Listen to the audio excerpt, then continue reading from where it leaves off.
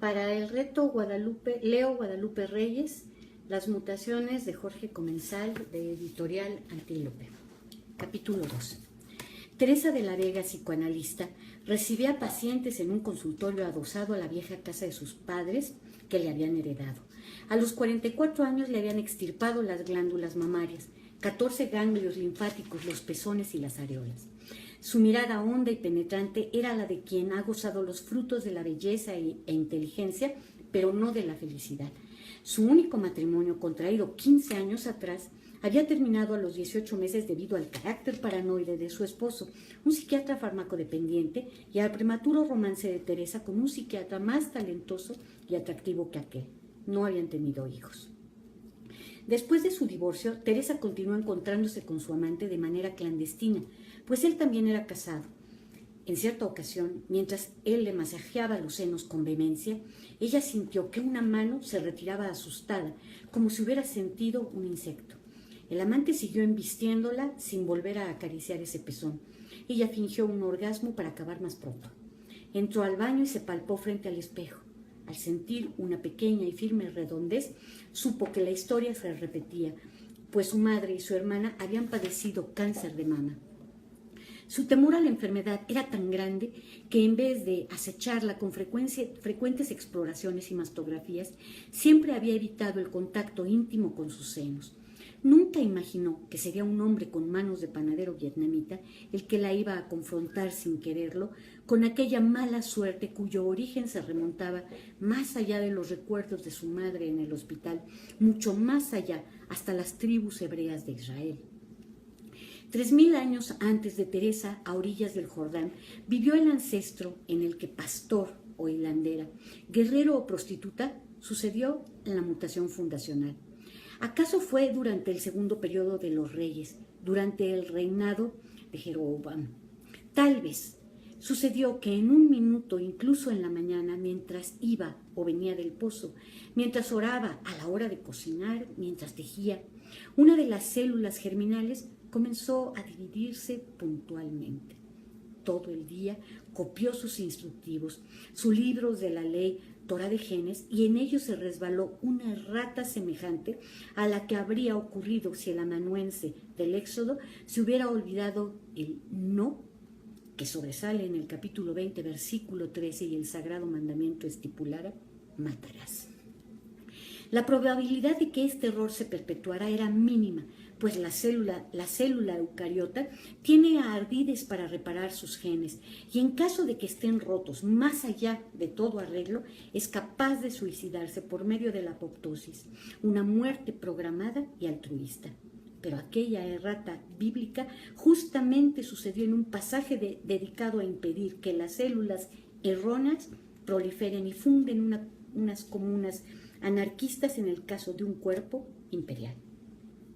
El gen involucrado logró transcribirse al lenguaje de la ciencia en 1990 y se le llamó sin tacto ni ingenio breast cancer. La mutación primera consistió en el olvido de 2 letras simples, guanina y adenina, que suelen encontrarse muy cerca del principio del farragoso gen. El texto equivocado se perpetuó gracias a que su huésped tuvo una descendencia copiosa y dispersa que llegó hasta el cuerpo de una joven psicoanalista en México.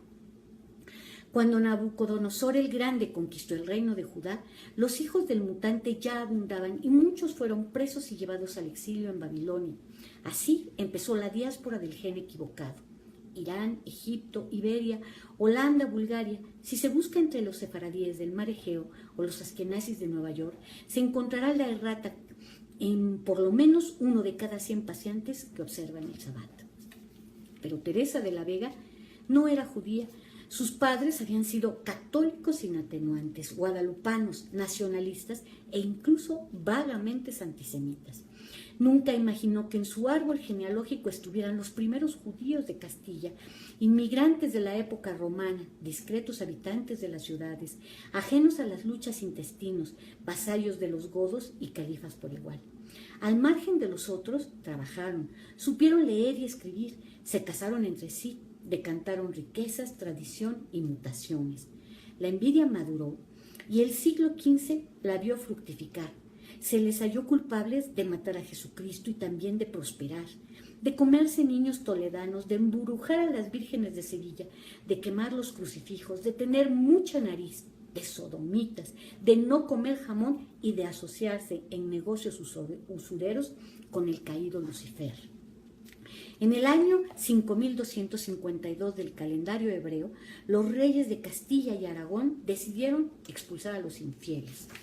Les dieron 4 meses para irse o abjurar del judaísmo. Entre los míseros conversos tal vez hubo una mujer longeva, Lorenza, vecina de Soria, madre de 11 hijos, viuda de Manuel. A punto de cumplir los 70 años, ella comenzó a sentir ardores en la punta cabizbaja de las tetas. Las semanas pasaron, el fuego se extendió hacia las axilas. Lorenza recurrió a Herminia Tavares, cristiana nueva y hechicera en busca de un remedio para el dolor y la hinchazón. Herminia le preparó, a cambio de 3 maravedís por dosis, un ensalmo para sanar malos humores. Cuando ella empezó a tratarse el cáncer con aquella pomada de ajo y belladona, ya había metástasis cerebrales. Sufría jaquecas acompañadas por alucinaciones. Buscaba entre la paja de su cama un cuchillo para decapitarse. Luego, el ángel del Señor vino a azotarla por haber traicionado a su tribu. A gritos renegaba del falso Mesías. «Apiádate de mí, Señor, borra mis faltas». Los vecinos acudieron al tribunal del Santo Oficio. «Marrana poseída por el demonio, vieja pecadora, Dios nuestro la ha castigado con un vicioso zaratán». Sus hijos la llevaron a una huerta lejos de la ciudad. La amordazaron. Herminia preparó una pócima de adormidera para calmarla. A principios del invierno falleció. La sepultaron bajo un tilo campestre y rezaron en susurros el Cádiz. La familia de Lorenza quedó marcada por la sospecha. La gente escupía al verlos pasar. Antonio el Benjamín fue el primero en marcharse. Llegó a Cádiz en febrero. Nunca había estado en la costa. El mar le pareció un trigal quemado. Al principio de marzo se embarcó en uno de los galeones más pobres de la flota de Indias. Iba rumbo a la Nueva España, donde el oro y la plata, decían en los mesones, brotaba como los nabos en la tierra seca. Pasó 40 días en alta mar, con algunas fiebres y muchas hambres. Se entretenía jugando a las cartas y contemplando los galeones más grandes de la flota que iban sin temblor a la vanguardia, con las velas hinchadas al poniente y un séquito de espuma tumultuosa. Así, su fantasía, nave cargada de ambición, navegó hacia el olvido de su sangre, pero a bordo del galeón iba su semen, jugo de memoria y mutación. Antonio desembarcó en la Villa Rica de la Veracruz, huyó de la costa malsana a bordo de una carreta que iba a la capital. Luego de 3 años laboriosos se amancebó con una mestiza, hija natural de un asturiano y una mexicana. Medio mundo se anuló en aquel encuentro de genes provenientes de Judea, Asturias y Texcoco.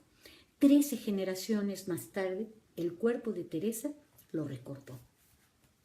No se molestó en cumplir el trámite superfluo de consultar al ginecólogo.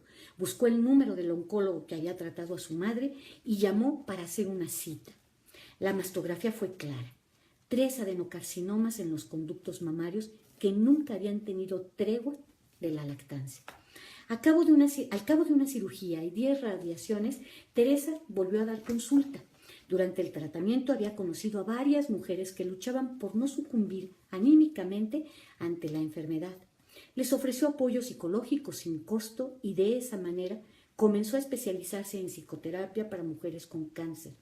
De hospital en hospital se corrió la voz de que Teresa ayudaba a las mujeres en duelo por las pérdidas femeninas debidas al cáncer. Algunos hombres también empezaron a acudir con ella.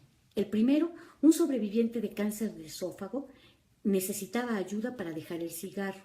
El segundo había tratado de suicidarse cuando le diagnosticaron cáncer en el pene. El tercero había perdido a su hermano gemelo por un osteosarcoma. De este modo, su espectro de pacientes se amplió hasta contener casos tan diversos como leucemias infantiles e hipocondrias detonadas por la serie Dr. House. Tratando de asimilar la magnitud de su desgracia, la mayoría de los pacientes se preguntaba, ¿por qué a mí? Pero Teresa, que muchos años antes había tirado esa pregunta narcisista a la basura, los trataba de llevar por otro rumbo. hacia el sótano de los deseos insatisfechos que alimentan el temor de perecer.